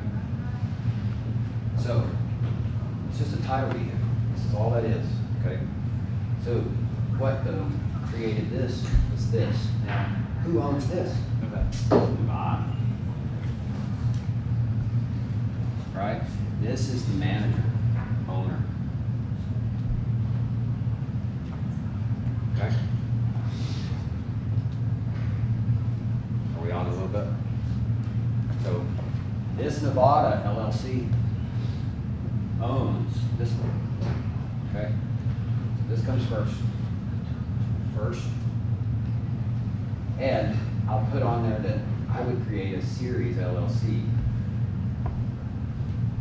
to own that, called, you know, My Stuff in Texas LLC. Doesn't really matter, right? Okay. If you don't want to create a series, no big deal. But just realize that if you wanted to create more entities to hold, if you wanted that to hold it, you're holding it on a master, you better have created some series so that you can split it off. Okay. That's all. Yeah. So branch it out. And there's no limit to the amount of series. Nope, dude, no limits. No limits on names, no limits on how you know, they functionally, again, it's just a grouping of assets or business dealings. So it goes you, Nevada, series, Texas series. Right. Series 1, title, trust, house. Yeah, so my property management company, the reason why it's a series is because maybe I want to do Midland. You know, AMPM, right? LLC. And just manage stuff in Midland. Maybe I want to create one in Houston. Right? And you would set up a DBA for each of those. If I wanted to set a EIN DBA, and I could do a DBA. Exactly, I could do a DBA. That would make it more useful. Right? And it makes it a lot easier to move through normal practices in business. So you could set a DBA. But again, I don't really need a DBA because really what I'm doing is I'm just having rent checks sent, right? And they're gonna send it to whatever, you know, Houston. Right, they're gonna make out the check to Houston LLC, AMPM, right? LLC, but when I put it in the bank, I'm just doing a in benefit of, right? So that's the difference. So the in benefit of, it's, the acronyms are on in my head, sorry. FBO. You what? FBO. Yeah, for benefit of, thank you. So, for benefit.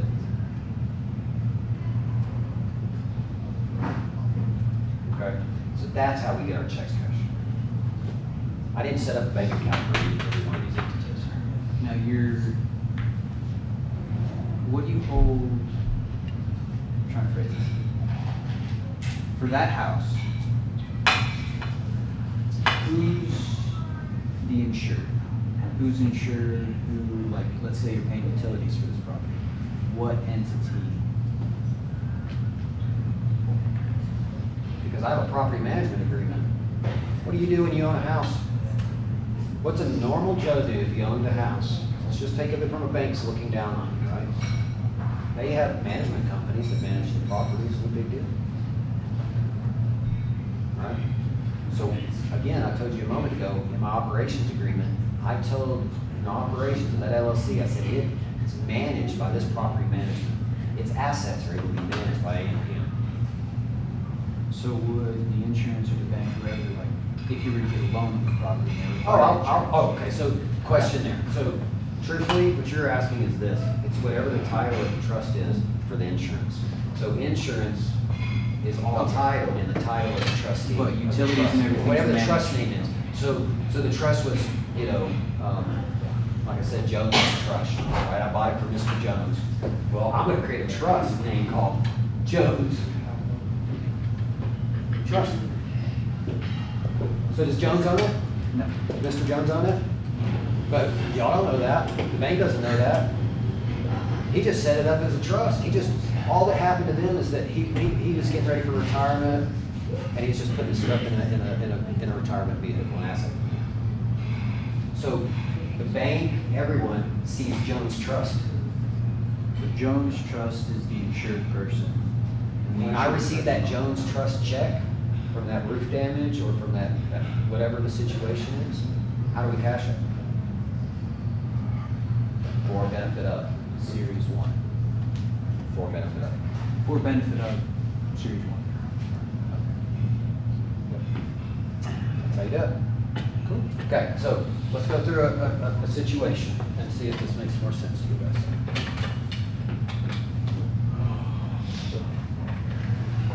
So in Texas, I'm gonna give you the simple, and I'm gonna give you how you do it to go outside the state to really keep yourself protected.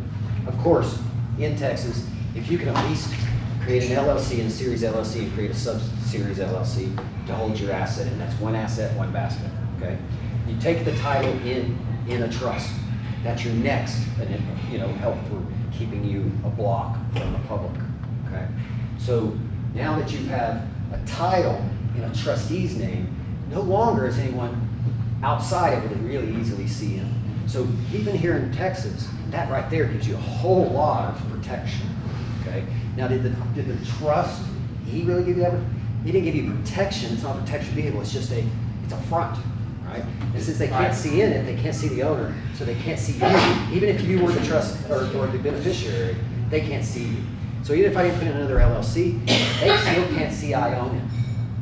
And I will from time to time take them in my own name in my trust because they can't see me. I'm not gonna hold it that long, right? I do a sub-2, I know I'm gonna hold this for a little while, bam, it's gone. I can take it in mine, I don't worry about throwing it through an LLC or a trustee because I'm never gonna rent it. I don't have to worry about anything really happening, right?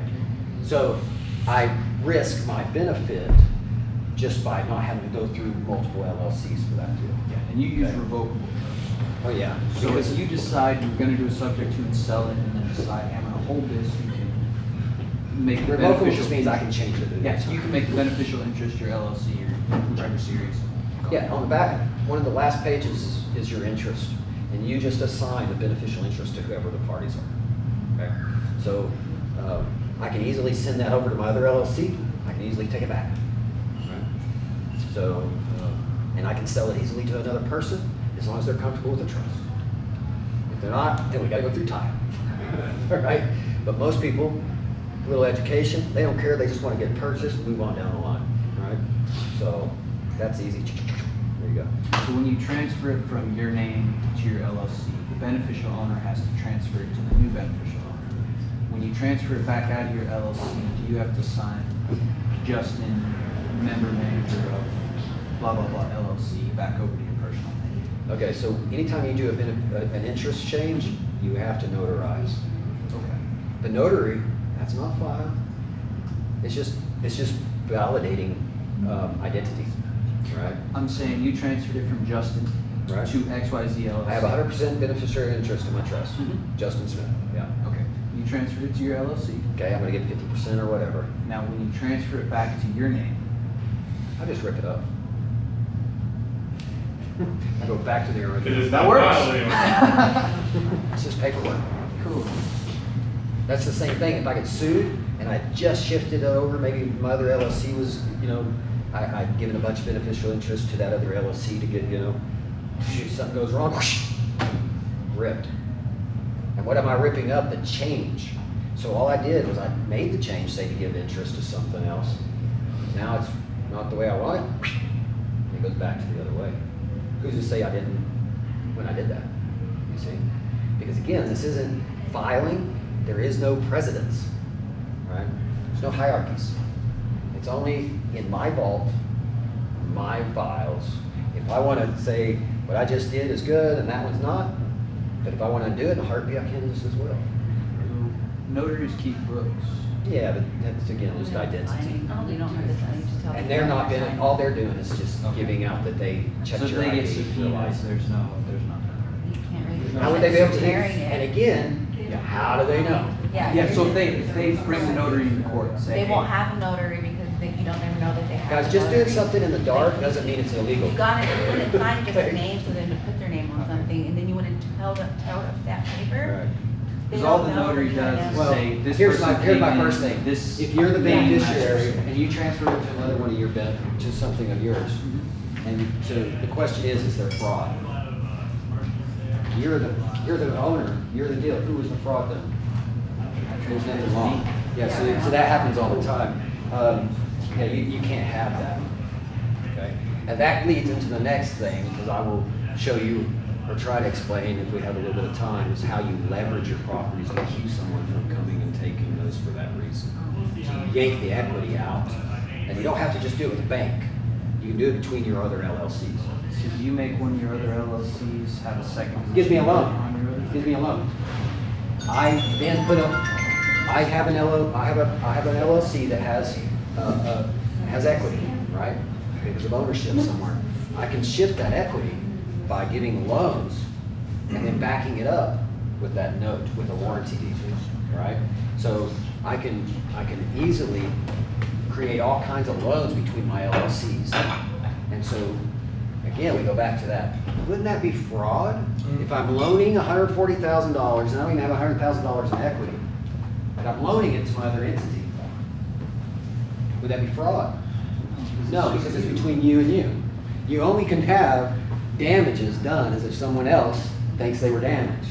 So do you keep a completely separate entity that the other entities owe money to that doesn't touch anything? So There that you it's- go, you're it's starting to safe? learn. Okay. Yes, you have to have multiple LLCs so that you can play the game. And yes, you create your property management, you create your holding company, you create your business that you're acquiring houses from. And those only do business to acquire the houses, right? Your flipping business, your buy and hold business, whatever that is. Then you have a rental, lease, and sell business, your property management, the one that manages all that. But then you have your LLCs that hold them, right? And again, I said earlier, I created a holding company. And it holds nothing. Because I hope everybody wants to look at that one and try to sue the wrong one, right?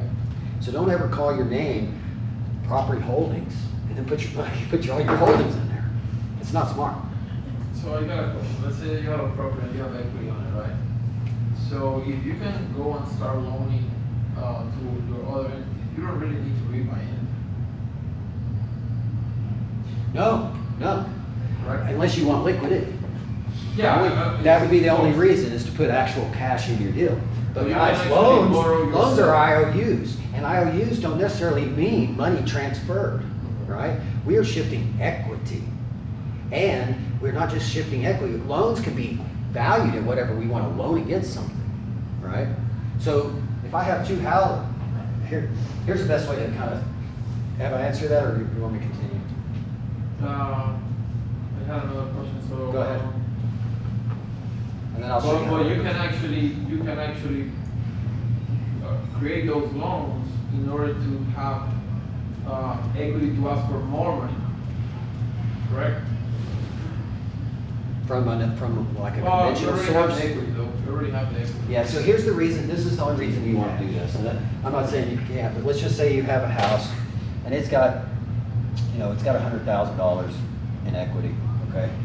So that 100,000, I'm going to go over here to my LLC, say in Nevada, whatever, and I'm going to, and then I have my LLC that owns this, right? So I'm going to ask this LLC that owns this LLC is going to loan me the equity. But I'm not just gonna take 100, I'm gonna take 140. Because I'm going to write up a warranty deed. And that warranty deed is going to state that. So I file that where?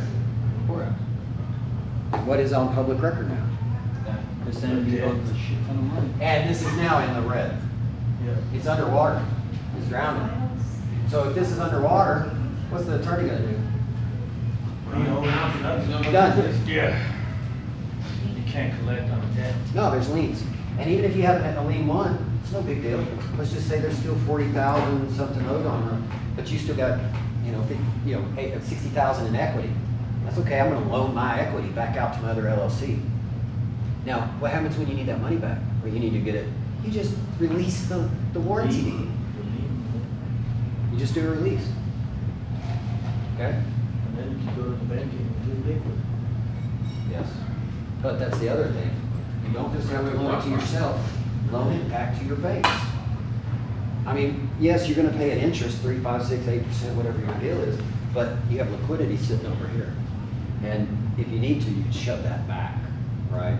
But, you know, it just depends on your game of how you like to play, but you should always leverage your properties. Yeah, there's a lot of games you can play with LLCs, moving them back and forth, moving who owes what. And there's benefits to that because no one's gonna sue someone that doesn't have it. Remember that. And it's going to be something as you're an investor, you got all this cash flow, you got all this equity, you're like, wow, I don't wanna write my name on a signature for, you know, interest on money I already have, or, well then don't. Just create you another LLC sub and do a note to it. When you need to take it away, you take it away, right? It just reminded me when you said who owns what, that's what I did with like the Wyoming, it's who's on first. Who's on The third, who's Texas on one second. is what's on second, so as soon as they see that, they're already gonna be like, oh. Most time, yeah, and that's what you, but some have gotten good at pounding, Yeah, right? yeah. So the best thing you can do is how do you keep up, how do you stack them? This is the game. And, you know, I've given you all lots of bases, right? How to keep things in title vehicles, how to keep yourself from being out there, how you take them into LLCs, how you actually back up that LLC with another LLC that can't be looked at, right? So once you do that, you're stacking everything in your favor. And then you add a first or a second, right, to it. Even if you have a first, just add a second, right? So, and do that to your other LLC. You never have to move money. It doesn't exist. It's equity, okay? So you're stacking all of these hurdles, all these firewalls in between you and them, right? And that's going to protect you on the inside. On the outside, that's the difference. You know, if I go and hurt somebody, I run into somebody, I physically do something, they sue me directly. That helps as well. But here's how we're going to do that. So this is your bonus today. So you own your house. Everybody own a house? Or have a mortgage on everybody owns a house? And if you have a mortgage, you still own a house, right? Let's look at this straight. You own your house the second you get through title and it closes. You just have a mortgage, which is the IOU, that says, hey, if I don't pay that, you get this back. But you own this. It's not like your car. You don't own your car until you pay it off. A home, you own. You just have a liability called the mortgage, the note, okay? So that's why I can come and buy your house, and I have to assume, or someone has to take care of the note, right? So in that, how do you protect yourself from somebody taking your own home? Nobody will talk about this in real estate. I don't find it very often at all. You know, we always talk about all of our other assets, but then we never really consider ourselves as a liability, right? Put it on our LLC, right? Yeah. Put it under our LLC. Yeah, so what you want to do, as we kind of just talked about it, you want to leverage that property again against your other LLC. So now you just took all the equity out. So what are they going to take if they know there's nothing in it? But I thought you couldn't, Your car. like, so I get rid of it. Ah, but you couldn't move it. But I taught you, what is a trust? Well, no, I was. So you redeed though, you redeed the house you purchased yesterday into your new trust, okay? So you're not gonna do a due on sale because it's yours anyways, but you name the trust what? The last Whatever name the of last the owner, right? So you move it into Jones Trust. Jones Trust doesn't see anything, right? So now you're giving yourself some anonymity, but you're going to now leverage that with another warranty deed and a promissory note against it to take the equities out.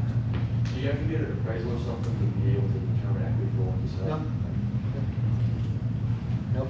The only reason you do that is because you're trying to prove that to someone else, like an underwriter. Okay? You can't talk to them and say, no, my house is, you know, X, right?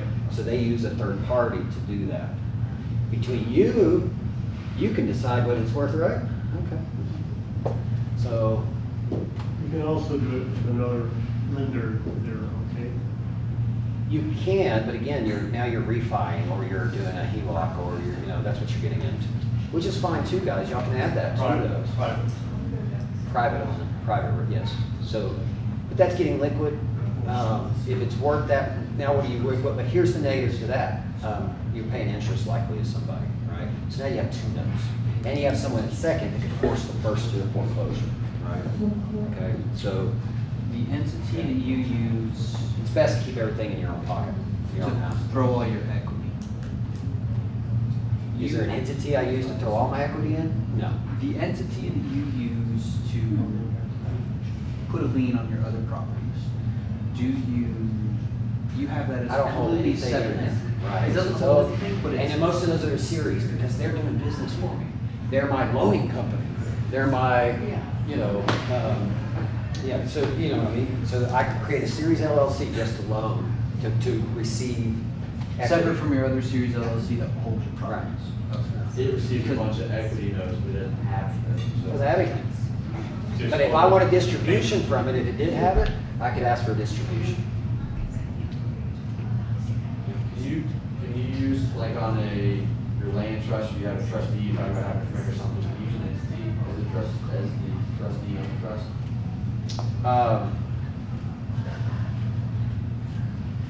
Well, yes, because the way I designed it earlier for you, the land trust is held. The problem is there always has to be a person, and that's because they're a trustee.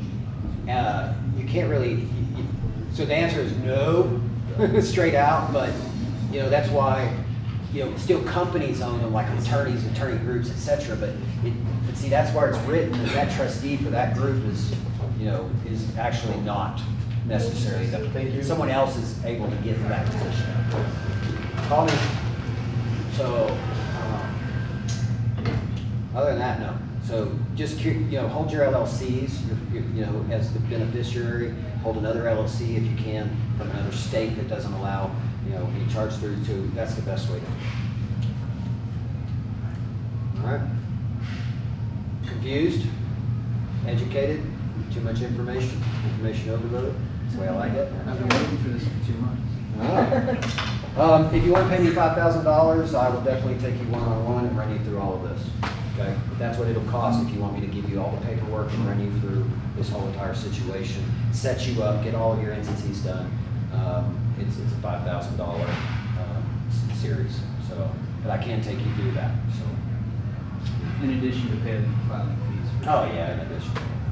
I'll just walk you through and mentor you, give you all the paperwork, give you all the trust, give you all of that. But anyway, it'll save your ass. But what you're really out to do is not just save your asset. You're out to leverage your assets so nobody else wants any of it.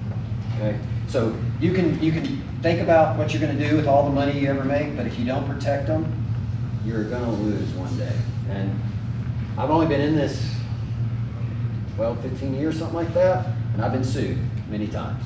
And it's not because I have things that people are falling on. It's because they can't keep in their leases, they can't keep to their obligations, then they things go wrong. So you must be structured to where you don't get hurt by it, right? Okay, all right, guys. Well, if any more questions, I'm here. I'll be around for a few minutes. Stop by. Thank you. If you haven't signed in, if you could sign in before you leave, that'd be great.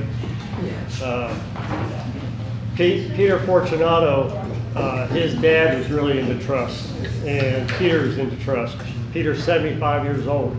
He and his brothers and sisters really loved their dad, and he told me that his dad had a living trust, and when his dad died, they were very distraught, but the only thing they had to do is worry about the funeral.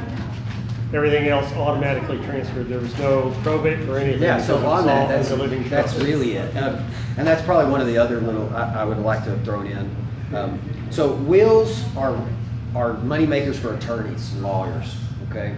If you think you need a will, you've been mistakenly confused and misled. You need a living trust. So when you watch a movie and everybody's like, well, you have to do X, Y, Z to get that, and you have to go to school and go through college and marry, and that's when you get your, your funds, right? So where does that really come? Is that but it always seems like they're reading a will, doesn't it? Right. They always put it off as they're reading a will on television, because that's where we pick up most of our education. Beneficiary of the trust. Yes, it's Right. not a will. A will and testament is a moneymaker for attorneys. That's why they'll do a will for free, because your family has to come back to that attorney to get the probate done and go through all of that. And then they hire everybody they can to waste all of your money. So you get nothing at the end. What you want is a living trust, and everything, if you want that stated out, you must keep my dog alive for 3 years to get the money. That's what that's done in. It's not done in a will. So it's the fake media pushing out that you need a will and testament. You don't. You want a living trust. That is how you put out who owns what is done, how it gets done, and then you have nobody, no courts getting in and messing it up and taking the money. I'm my sister's trustee. Last time I was in Florida, I read her living trust, and it took me 5 hours, and I found 5 mistakes. But the reason I wanted to read it now is she's still alive. Yeah. I don't want to read it once she's dead, But it's quite lengthy. There's a lot in it, and you had to understand. Did you really mean this? Like, one of the things that I caught that she definitely did not want, if all the trustees are dead, including me, the 2 beneficiaries got to pick the trustee. She did not want that.